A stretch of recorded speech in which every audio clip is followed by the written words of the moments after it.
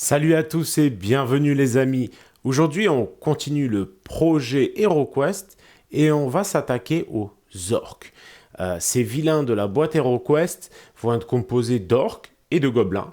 Et j'ai décidé sur cette vidéo de vous montrer les trois façons que vous avez de les peindre. Donc la première version sera une version très rapide à base de speed paint, tout simplement. La deuxième sera sur la base des speed paint, on va pousser les éclaircies directement au pinceau. Et la troisième, cette fois, ça va être une formule où sur la base du speed paint, je vais revenir à l'aéro, puis au pinceau, pour vous montrer la façon la plus efficace que j'ai de peindre nos petits pitous de cette boîte HeroQuest. À part ça, je vous propose tout simplement de vous abonner à la chaîne si ce n'est pas déjà fait, à cliquer pour mettre un petit pouce bleu des familles, ça fait toujours plaisir. Et évidemment, si vous en avez l'envie, n'hésitez pas à venir me soutenir sur Patreon pour tout simplement apporter votre soutien financier, que ce soit à partir de 2 euros ou de 5 ou de 15 pour un suivi personnalisé, bref, tout un tas de choses. N'hésitez pas à aller jeter un coup d'œil, il n'y a aucune obligation, vous pouvez arrêter votre abonnement mensuel à n'importe quel moment et ça me permet de mieux vivre de ma passion et de pouvoir me projeter dans tout simplement les projets à venir. Quoi qu'il en soit, je vous propose d'attaquer tout ça et j'espère vraiment que ça vous plaira. Allez, c'est parti pour la peinture.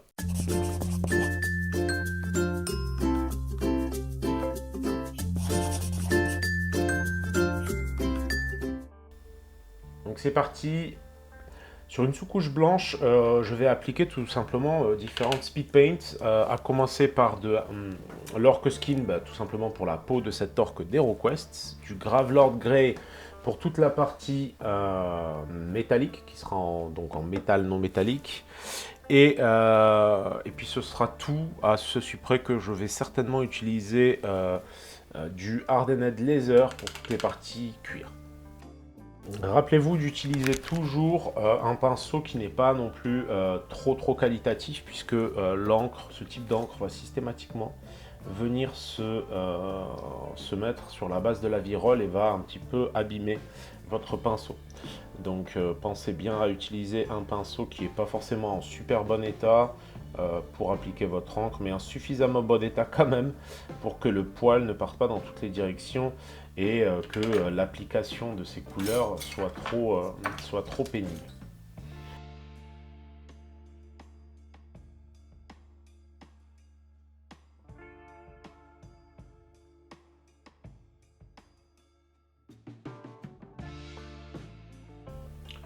Donc voilà, une fois ces bases de verre faites, on essaie de ne pas oublier de zone, hein, mais si on en oublie, on pourra revenir dessus, c'est pas grave. Je vais revenir avec du Gravelord Grey pour toutes les zones de métallique.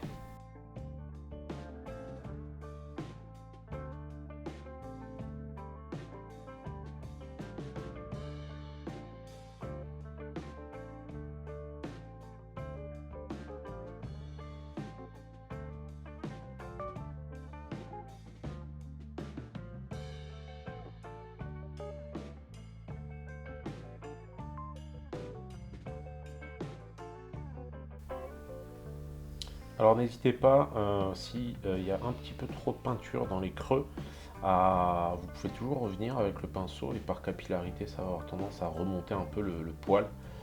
Voilà, par exemple ici, dans les creux, il y a certaines zones où en fait ça va avoir tendance à se figer. Rappelez-vous que ces pièces ne sont pas idéales non plus pour ce type de peinture puisque les creux ne sont pas suffisamment marqués, mais malgré tout ça fait le taf et ça fait gagner quand même un temps fou. Et pour finir, donc je vais revenir avec du Hardened Laser sur toutes les parties en cuir. On va aussi faire le pagne hein, dans un souci de simplicité, de sorte à avoir quelque chose d'homogène.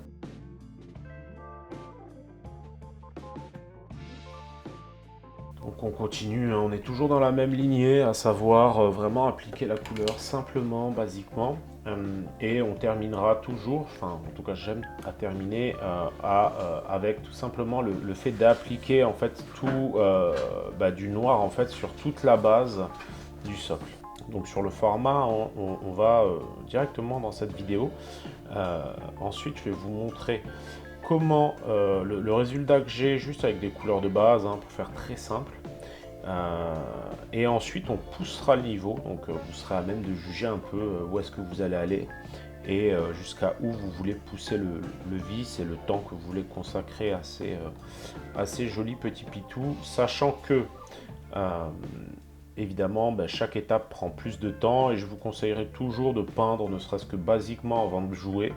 Ça vous permet tout simplement de jouer avec de la couleur sur le terrain et ça fait toujours bien plaisir. Et on va attaquer ce gobelin, hein, toujours pareil avec l'orc skin, on pourra toujours l'éclaircir un peu plus sur les étapes suivantes. Alors n'hésitez pas, des fois c'est vrai que j'y vais un peu, faut pas oublier que c'est une teinte, j'y vais un peu de façon un peu brutale, j'ai tendance même à parfois récupérer des zones et des surfaces qui peuvent être d'une autre matière, mais c'est une teinte qui marche bien sur des surfaces assez étendues. Donc rien ne nous empêchera, une fois la peau peinte correctement, de revenir justement sur ces petits détails et tout simplement de les rebaser avec de la couleur traditionnelle pour tout simplement la distinguer et avoir, en fait, par exemple, s'il a des boucles d'oreilles, reprendre au niveau des boucles d'oreilles, ce genre de choses-là.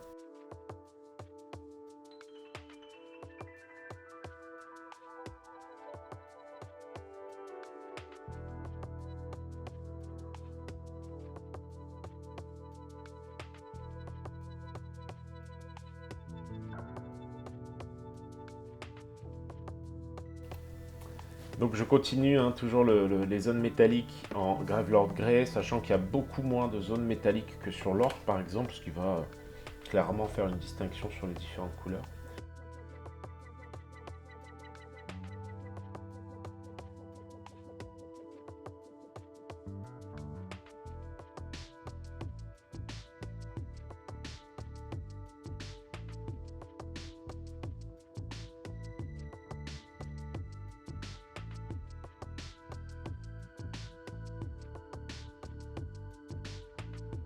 Donc, comme vous avez vu, c'était assez vite fait, donc je vais pouvoir continuer sur toutes les autres surfaces avec du cuir directement. Toujours dans la même optique, ensuite j'appliquerai du noir sur ma base pour avoir quelque chose de prêt à jouer. Rappelez-vous que dans la mesure où vous avez envie de revenir sur vos figurines, c'est une question qui m'a été posée quand j'ai publié ma dernière vidéo, c'est toujours préférable de ne pas vernir la figurine sur laquelle on voudra revenir par la suite, puisque la peinture risquerait de ne pas adhérer.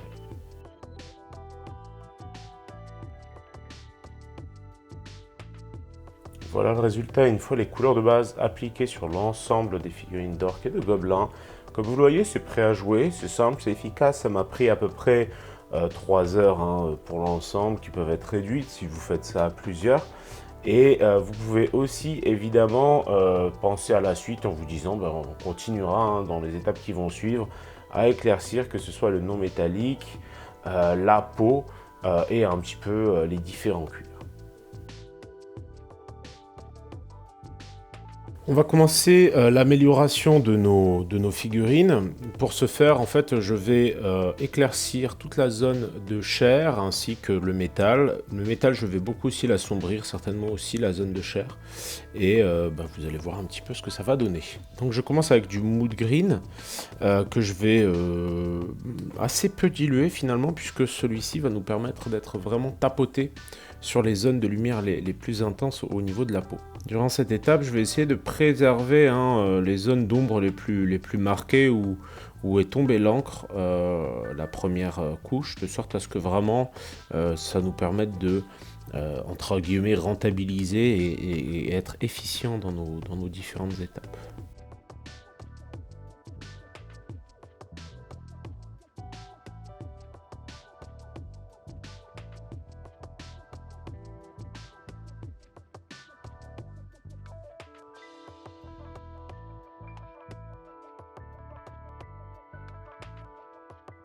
Une fois ce premier éclairci effectué, je vais appliquer un assombrissement avec un vert sombre, tout simplement, que j'ai trouvé chez Prince Auguste Games. Bien sûr, vous pouvez utiliser des peintures Games Workshop. Le tout, c'est d'avoir à ce moment-là un vert qui sera assez sombre, en fait. Et ça va me permettre, en gros, de marquer un petit peu plus les zones que je ne veux pas, sur lesquelles je ne veux pas voir de lumière trop intense. Niveau dilution, en fait, cette peinture-là, en l'occurrence, ne nécessite pas une très grosse dilution, mais bien sûr, si vous utilisez des peintures Games Workshop, vous pouvez diluer jusqu'à ce que la peinture soit assez transparente, on va dire, de sorte à pouvoir appliquer des couches de peinture légères qui vont petit à petit devenir de plus en plus opaques au fur et à mesure qu'on va les passer et insister. Pensez bien systématiquement à préserver vos étapes précédentes pour que chacune des étapes finalement soit efficace, c'est-à-dire que chacune des étapes nous soit entre guillemets utile. Il n'est pas question à aucun moment de repasser entièrement sur une couleur qu'on aurait déjà passée, puisque dans ce cas-là, ça voudrait dire que la couleur précédente n'avait aucun intérêt à avoir été passée. Maintenant, je vais venir appliquer mes derniers points de lumière avec un mélange de blanc et de mon vert précédent, qui vont me permettre en fait d'avoir mes derniers points de lumière sur la peau. Rappelez-vous bien de vraiment poser des points de lumière très rapidement. En fait, si vous vous étalez de trop, vous risquez tout simplement d'avoir un résultat assez terne où au final, en fait, votre vert va être un petit peu éteint. Et ce n'est vraiment pas le but. Donc pensez bien, encore une fois, à simplement tapoter quelques petits points de lumière.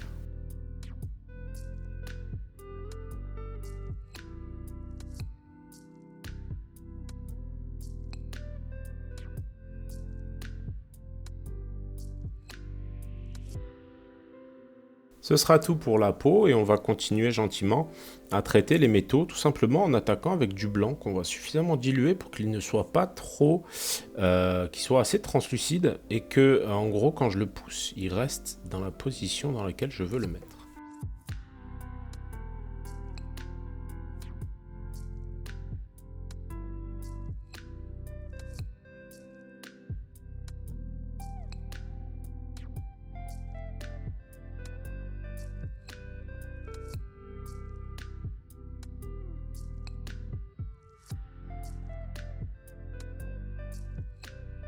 Pensez bien à rehausser toutes les arêtes, même celles qui ne vous sont pas, celles qui ne sont pas forcément les plus aisées. Par exemple, là, pour délimiter un petit peu le tranchant de la lame, ça va être assez crucial. Un peu dépendamment du résultat que vous voulez atteindre, vous pouvez très bien essayer de vous contenter de vraiment concentrer ces étapes d'éclaircie sur les parties hautes de la figurine. Ainsi, l'œil sera attiré par les parties hautes et quitte à assombrir extrêmement beaucoup toute la partie basse et que l'œil des gens qui regardent vos figurines ou qui jouent avec vous ne soit pas nécessairement attiré par le bas, par les pieds et tous ces petits détails dont on pourrait imaginer se passer de rehausser. N'hésitez pas, j'utilise une peinture blanche qui est assez géniale, qui est la Procolor, la blanche Procolor. Alors c'est une peinture qui normalement est destinée à l'aérographe, mais qui fonctionne extrêmement bien au pinceau, et qui de par sa fluidité et sa richesse de pigments me permet vraiment d'être plus efficace sur mes traitements au blanc. L'essayer, c'est l'adopter. Évidemment, si de votre côté vous êtes tombé sur un blanc exceptionnellement bon et agréable à utiliser, n'hésitez pas à le noter et à le dire en commentaire de cette vidéo.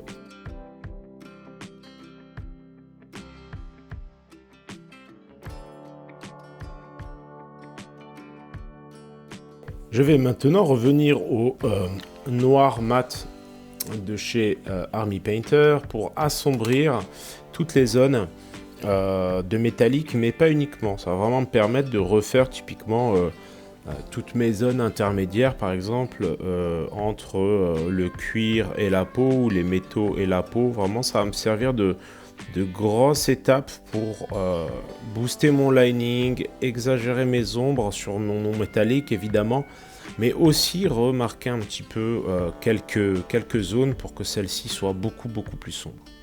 Bien sûr, on n'oublie pas de bien exagérer le noir dans le non métallique parce que c'est vraiment ce qui va permettre ces contrastes forts de créer l'illusion d'avoir du métal sur ces surfaces.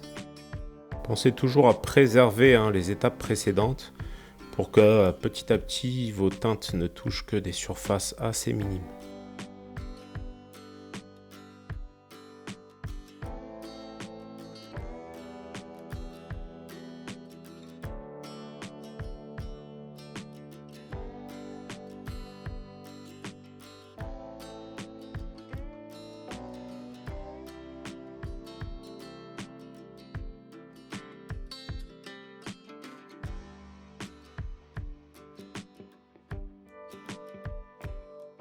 Une fois ces étapes faites, nous allons revenir sur les cuirs et les pagnes en deux étapes assez simples, puisque la première va consister à tout simplement revenir avec un petit peu de thermate sur les zones d'ombre, qui seront en fait légèrement assombries, et ensuite de mélanger mon thermate à mon blanc pour rehausser toutes les petites arêtes.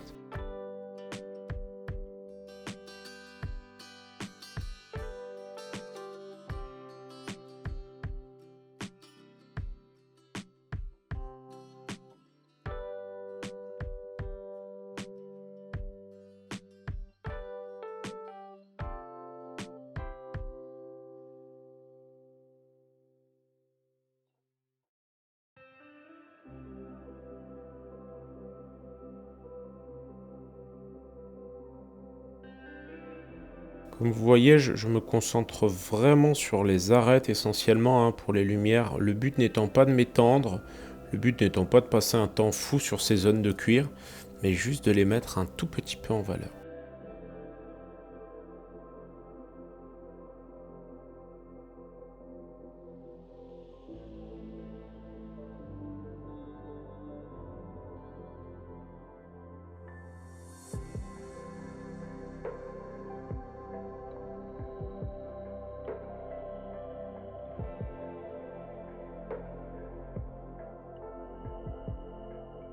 C'est parti pour le gobelin. Cette fois, on va appliquer à peu de choses près les mêmes méthodes, mais on prendra un peu plus de temps potentiellement sur la peau, puisqu'on aura gagné pas mal de temps pour tout ce qui est métaux. On commence avec du mood green pour ce qui est de la peau. Donc je pousse mes lumières vraiment sur toutes les zones qui prennent le plus la lumière, toujours en préservant les zones d'ombre les plus fortes.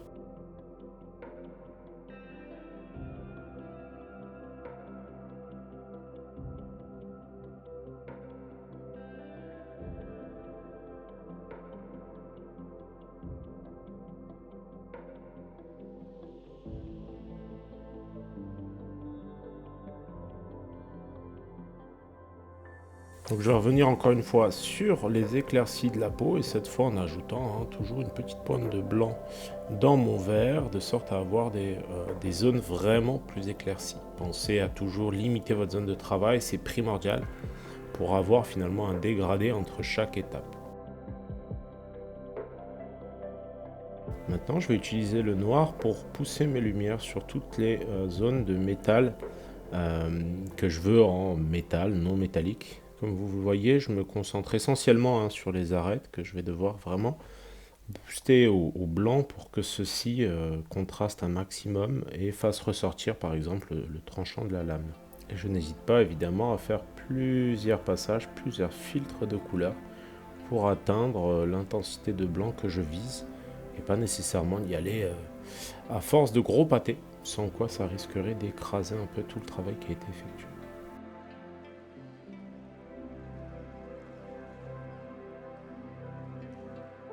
Avec mon blanc, je vais pouvoir aussi tapoter quelques points de lumière aussi sur le vert de nouveau, puisque je veux vraiment que le vert de mes gobelins soit plus clair que le vert de mes orques. Ainsi, on évite de faire une étape d'assombrissement. Par contre, on ajoute une petite étape d'éclaircie qui nous permet de faire en sorte que le vert soit plus péchu. Pensez à bien limiter cette zone de traitement, hein, évidemment, puisque sinon vous risquez d'avoir un vert beaucoup plus pâle que le résultat que j'obtiens. Maintenant, à l'aide de noir, je vais marquer les contrastes et définir des linings entre mes différentes surfaces. Dans un premier temps, je pousse mes contrastes au niveau de mon métallique, et dans un second temps, je vais faire les linings entre mes différentes surfaces pour gagner en lisibilité.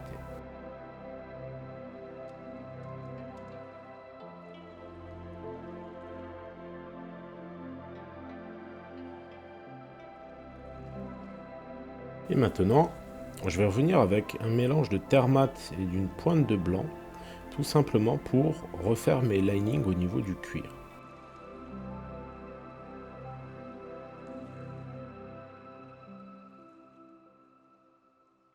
Maintenant, je vais revenir avec un peu de marron mat de chez Prince Auguste pour assombrir un petit peu les cuirs et ainsi finaliser la pièce.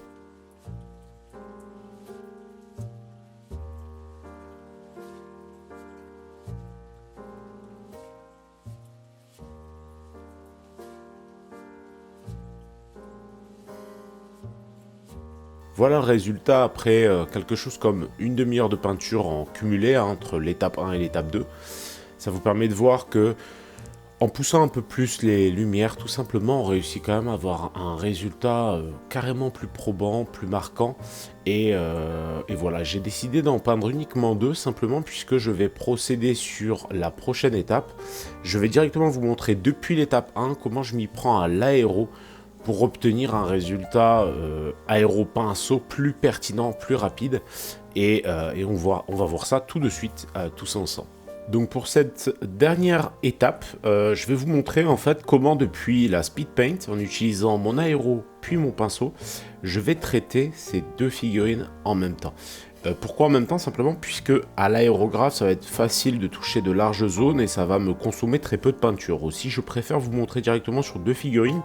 Évidemment, toutes ces étapes préparatoires à l'aéro sont faisables sur plus que deux figurines et je vous conseillerais même d'en préparer plusieurs de sorte à vraiment être efficace dans vos passages à l'aéro. En fait, sur cette première étape, je vais vraiment ombrer au noir vraiment toutes les parties que je vais vouloir les plus sombres sur ma figurine, de sorte à tout simplement me faciliter la vie sur ces premières étapes et à écraser toutes les zones qui finalement prennent le moins la lumière. Ça me permet vraiment de dégager des surfaces beaucoup plus sombres au noir. Et je vais faire de même, évidemment, avec le petit gobelin.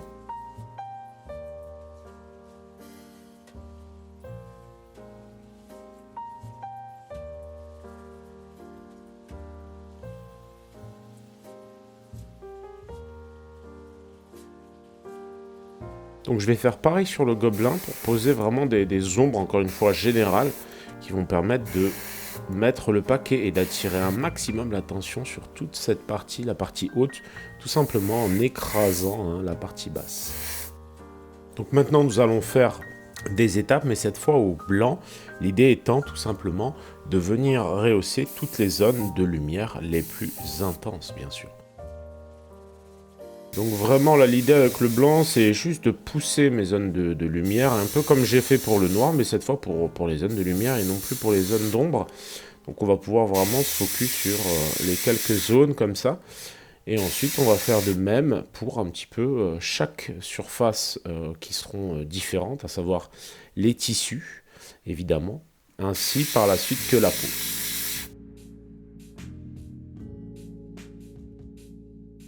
Donc on va utiliser maintenant du Canopy Green pour booster un petit peu les couleurs sur la peau de nos orques. Alors je prends délibérément une couleur très claire, puisque par transparence, en fait, ça va nous permettre de juste poser des lumières particulièrement intenses.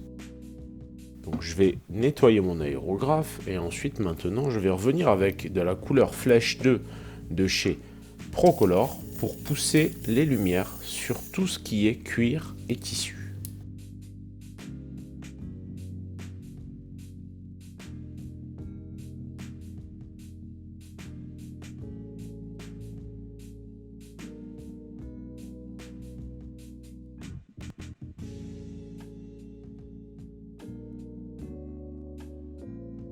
Nous allons maintenant revenir à l'aide de blanc pour rehausser l'ensemble des arêtes en non métallique. Et nous allons faire de même avec du noir. Cette étape va être très importante puisque typiquement avec du noir puis du blanc, en fait le noir va me permettre de démarquer un petit peu certaines zones, par exemple tout l'intérieur de la bouche, y compris les dents. Et le blanc par exemple va me permettre de rehausser tout simplement par exemple les dents. On peut aussi marquer un petit peu les yeux, légèrement sur le dessous. Et ainsi de suite sur l'ensemble de la pièce. On prendra bien soin de démarquer évidemment l'ensemble des plaques d'armure pour avoir vraiment un contraste très fort qui définit énormément le non métallique. Ça s'approche beaucoup de l'étape qu'on a fait finalement sur les réaux de lumière lors de la reprise au pinceau, lors de l'étape précédente. Sauf que là, je le fais après être passé à l'aérographe. Et mine de rien, ça fait gagner quand même pas mal de temps, puisque ça oriente énormément la façon dont on va passer, que ce soit le noir ou le blanc. Donc rappelez-vous toujours d'utiliser un maximum le flanc du pinceau pour pousser votre peinture. et toujours orienter la pointe dans la direction dans laquelle vous voulez voir le plus la peinture se déposer.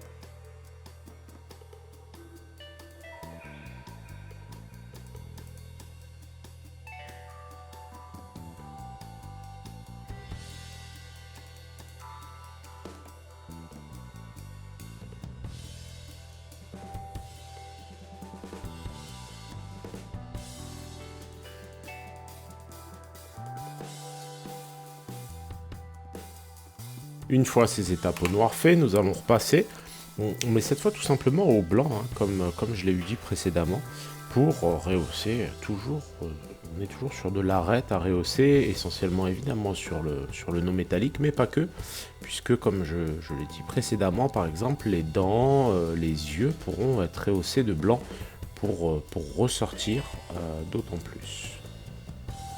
Donc l'idée par la suite, hein, ça va être évidemment de revenir aussi sur la peau, ainsi que un petit peu sur les cuirs, pour avoir une figurine qui sera prête à jouer et qui pourra venir en découdre avec nos héros. Pensez bien, comme d'habitude, à mettre le petit pouce bleu des familles, ça fait toujours plaisir, et à me poser des questions dans les commentaires, ou juste me faire un coucou dans les commentaires, ça m'aide beaucoup pour le référencement.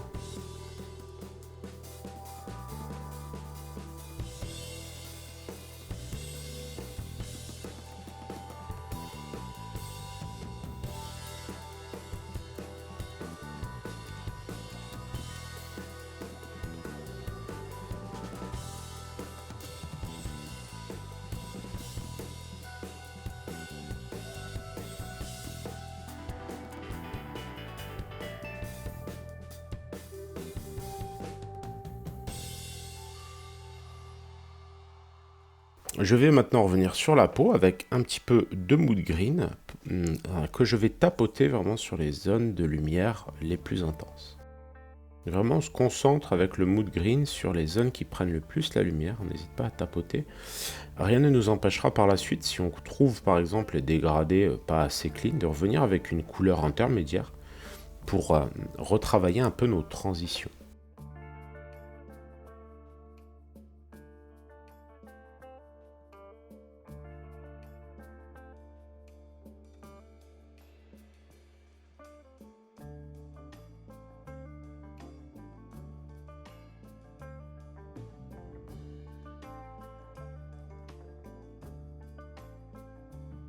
Maintenant, avec un tout petit peu de blanc dans mon mood green, je vais vraiment poser quelques points supplémentaires de lumière pour définir encore un peu mieux les quelques zones de lumière les plus intenses. Évidemment, sur le visage, mais aussi sur les épaules, par exemple, sur quelques petites zones qui vont vraiment prendre un maximum de lumière. Pensez toujours au fur et à mesure à limiter vos zones de travail, de sorte à ce que ça crée tout de même un dégradé relativement probant.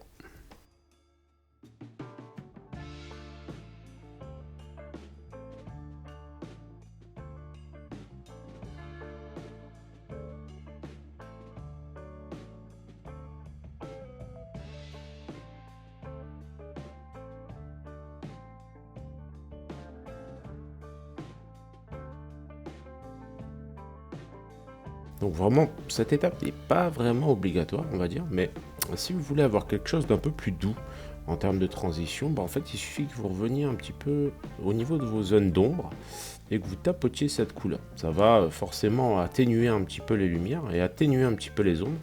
Je vous conseille vraiment, par contre, de bien faire attention à préserver vos zones de lumière les plus intenses. Donc à ne pas venir toucher vraiment les zones où on a déjà déposé des points de lumière. Et maintenant, nous allons revenir avec un petit peu de flèche 2, mais cette fois au pinceau. Et nous allons un petit peu rehausser tout simplement les arêtes du cuir. Nous allons même mélanger un petit peu de blanc à notre flèche 2, tout simplement parce que celui-ci sinon est trop clair et on ne ressent pas suffisamment la différence entre les deux couleurs.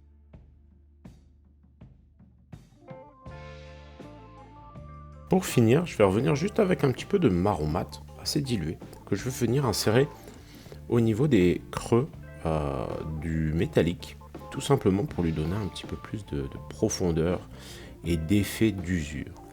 Ça permettra aussi de distinguer un petit peu finalement les orques du reste des méchants de Cœur City, de HeroQuest, puisque ça permettra vraiment de leur donner un petit cachet supplémentaire. Et donc, on va procéder un peu de choses près à la même chose pour ce qui est du gobelin. Et pour ce faire, je vais déjà revenir directement avec un petit mélange de mood green et de blanc pour les premiers éclaircis, puisqu'on va essayer, comme c'est un gobelin, d'avoir globalement une couleur de peau plus claire que sur l'orque.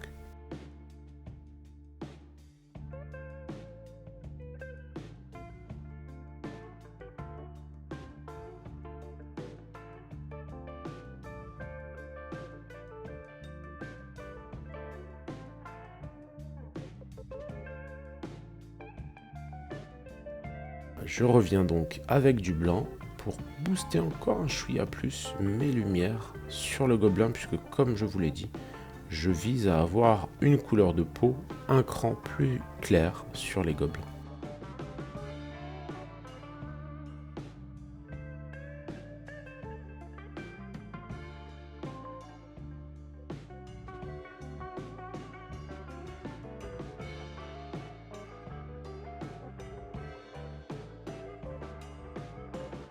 Maintenant, je vais directement revenir au blanc de nouveau, mais cette fois, ce blanc va me servir vraiment à rehausser les arêtes des zones de gris, des zones de non métallique métal.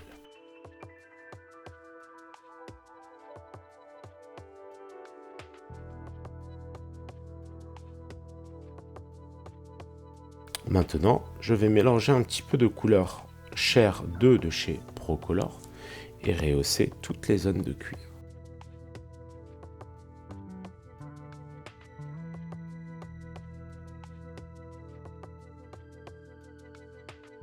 Et pour finir, avec une pointe de noir, je vais venir faire mes démarcations et pousser mes ombres les plus fortes.